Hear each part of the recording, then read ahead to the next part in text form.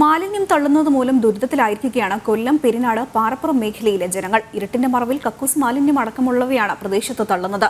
പലതവണ പരാതി നൽകിയിട്ടും അധികൃതർ ഇടപെടുന്നില്ലെന്നാണ് നാട്ടുകാരുടെ പരാതി. കൊല്ലം പെരിനാട് പഞ്ചായത്തിലെ 11ാം വാർഡിൽ ഉൾപ്പെടുന്ന പാറപ്പുറം മേഖലയിലാണ് അനധികൃത മാലിന്യ നിക്ഷേപം തുടരുന്നത്.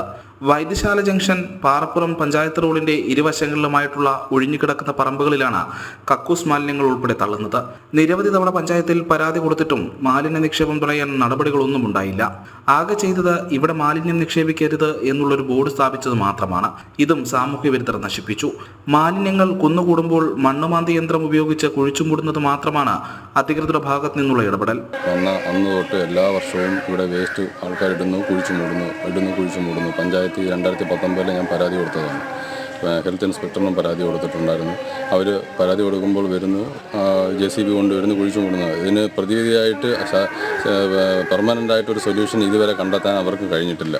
ഇവിടെ റോഡിന്റെ ഒരു വശം താഴ്ന്ന പ്രദേശമാണ്. അതിനാൽ മഴക്കാലമാകുമ്പോൾ മാലിന്യം കിണറുകളിലേക്ക് ഒഴുകിയിറങ്ങുമെന്നാണ് നാട്ടുകാരുടെ ആശങ്ക. സാമൂഹ്യ വിരുദ്ധ ശല്യവും മേഖലയിൽ രൂക്ഷമാണ്. മഴ പെയ്തു കഴിഞ്ഞാൽ ഈ വെള്ളം കെട്ടിയിട്ട് ഇത് താഴ്ന്നുണ്ട്. ഈ താഴെ താമസിക്കുന്ന പല വീടുകളും കിണർ മാലിന്യമാകാൻ സാധ്യതയുണ്ട്. അതിനാൽ ഇത് ചെയ്യുന്നതെന്ന് പറഞ്ഞാൽ ഓരോ പ്രാവശ്യം കൊണ്ട് പഞ്ചായത്തിൽ നിന്ന് ഇത് വെട്ടിമൂടിയിട്ടിട്ടാണ് പോകുന്നത്. പക്ഷേ ഈ വെട്ടിമൂടുന്നത് മൂലം ഉണ്ടാകുന്ന മറ്റൊരു ദോഷമെന്ന് പറഞ്ഞാൽ മഴ പെയ്യുമ്പോൾ ഇത് ഊറ്റായിട്ട് മറ്റ് താഴെ പ്രദേശത്തുള്ള കിണറുകളിലേക്ക് ഇത് വ്യാപിക്കാൻ സാധ്യതയുണ്ട്.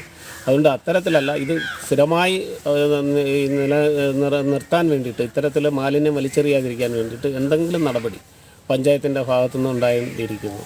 മേഖലയിലെ മാലിന്യ പ്രശ്നത്തിന് ശാശ്വത പരിഹാരം ആവശ്യപ്പെട്ട നാട്ടുകാർ കളക്ടറെ അടക്കം സമീപിച്ചിരിക്കുകയാണ്.